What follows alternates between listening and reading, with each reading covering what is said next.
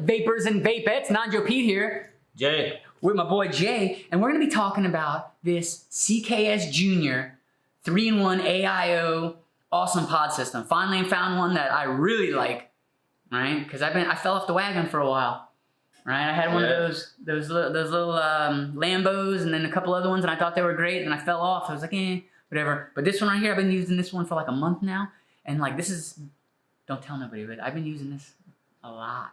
Yeah, I mean, even the Orion you didn't use as much as you've been using this. No, this thing right here blew my hair back, and I like it. All right? So before we go down and take a look, let's go ahead and have a vape.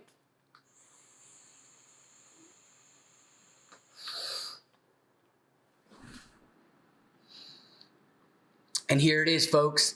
The CKS Junior 3-in-1 AIO Starter Kit from the CKS brand. This thing, all right, if anybody knows me, they'll tell you I'm not really a pod guy, but this thing's so good that I decided to do the review on it and let it, instead of letting the pod master, you know, review it. So this device right here is 3.2 by 1.7 by 0.7 inches.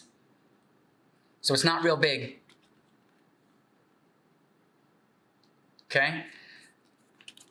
It's an all-in-one. And here's the pod that it comes with. And this, you don't replace the actual pod per se, you actually change the coil inside, and we'll go over that a little bit later. And it's adjustable voltage. So let's go ahead and talk about the technical specifications. It's compatible with all liquid types, which either it's salt-based juices, freebase, or CBD. It's got a one-touch voltage adjustment, if you can see that little button right there. Just give that a click, it'll show you where it's at, 1, 2, or 3, and then you click it again, it'll change it. Its pod capacity is 3 milliliters of juice, unless you're in the UK, and then it's not. Now, one of the key features on this thing is the battery. It's got a 1,000 milliamp battery. A lot of the smaller pod devices are 600 or 800. So this thing, I get a whole day out of it, no joke. It's still blue when I get home to throw it on the charger. Let's talk about coils.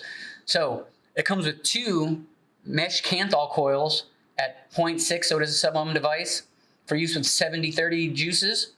And then it also has a Kanthal mesh for MTL, the mouth to lungers out there, which is at 1 ohm, and it's used for 50-70 ratio juices. So both coils are mesh. And then it has a ceramic 1.5. And I haven't tried one of these, but this is for the high viscosity juices, the CBD, and the other stuff, if you know what I'm talking about. All right, so it does have a 10-second cutoff timer, right? So if you hold the button down too long, it won't let you burn your coil out. It's got overcharge protection, low battery, and short protection on it, which is pretty good. So like I said, I was hitting it the other day. I didn't realize I hadn't charged it in about 2 days, and the doggone thing started blinking red, and it stopped on me. So it does tell you when you need it. So the doors are made out of polycarbonate. So they got a little play to them, but they're pretty strong, right? And then it feels like there's that insert where the graphic is aluminum, so it's pretty sturdy. Let's take a look at the pod. So it has a proprietary drip tip. Your 510s will not work on this. This arrow right here is the juice stopper. You just pull this out of the way, flip it around, and you fill it up. There's your power connection. Here's your adjustable airflow. I'll leave mine wide open. And then if you just unscrew that little bad boy and pull it out, there is the 0.6 ohm mesh coil. Don't let the looks deceive you, folks. This thing has got a lot of airflow for the size of it. And then it comes with the warranty / instructions, a charging cable, and then an accessories bag where it has another juice stopper, 2 O-rings, an MTL or the mouth to lung drip tip, and it comes with another 0.6 ohm mesh coil. And that's everything that's in the box and everything you need to know about it so far. Let's go back up top and I'll give you my thoughts and we'll have a vape. And we're back. All right. This thing right here, all right, I like the form of it. The function is amazing.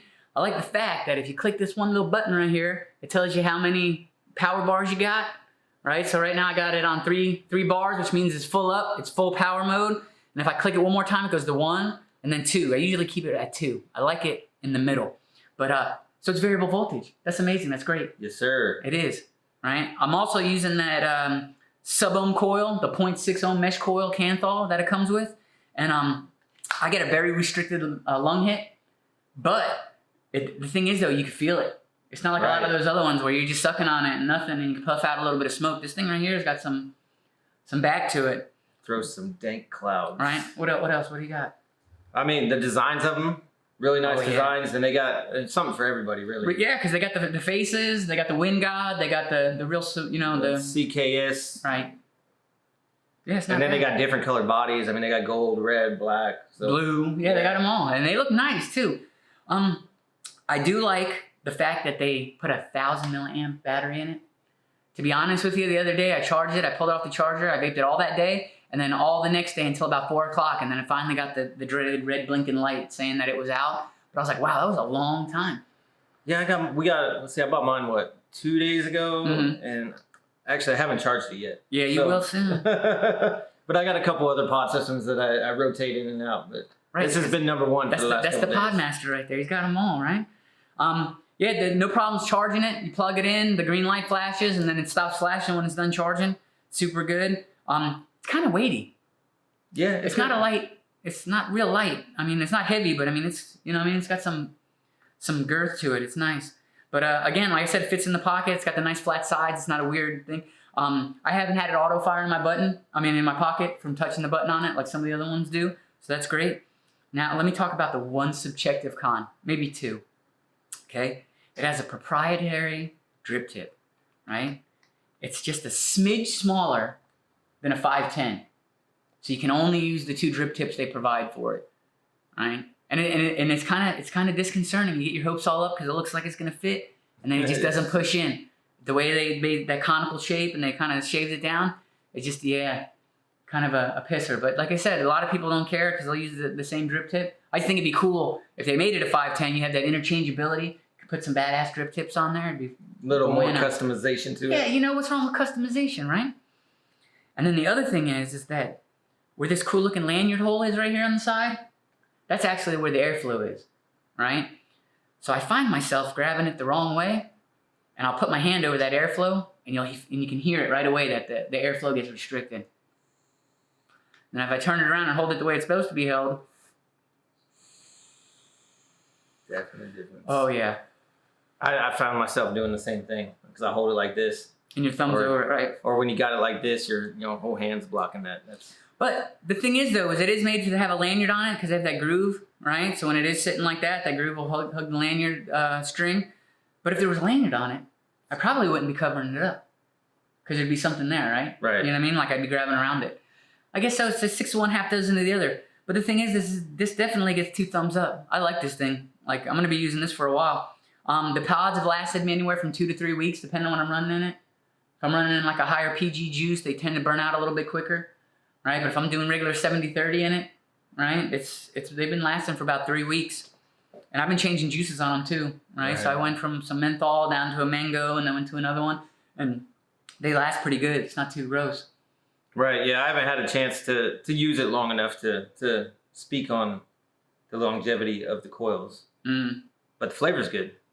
And the hit's nice. Oh yeah, I like this thing. Yeah. The flavor on it's freaking bueno.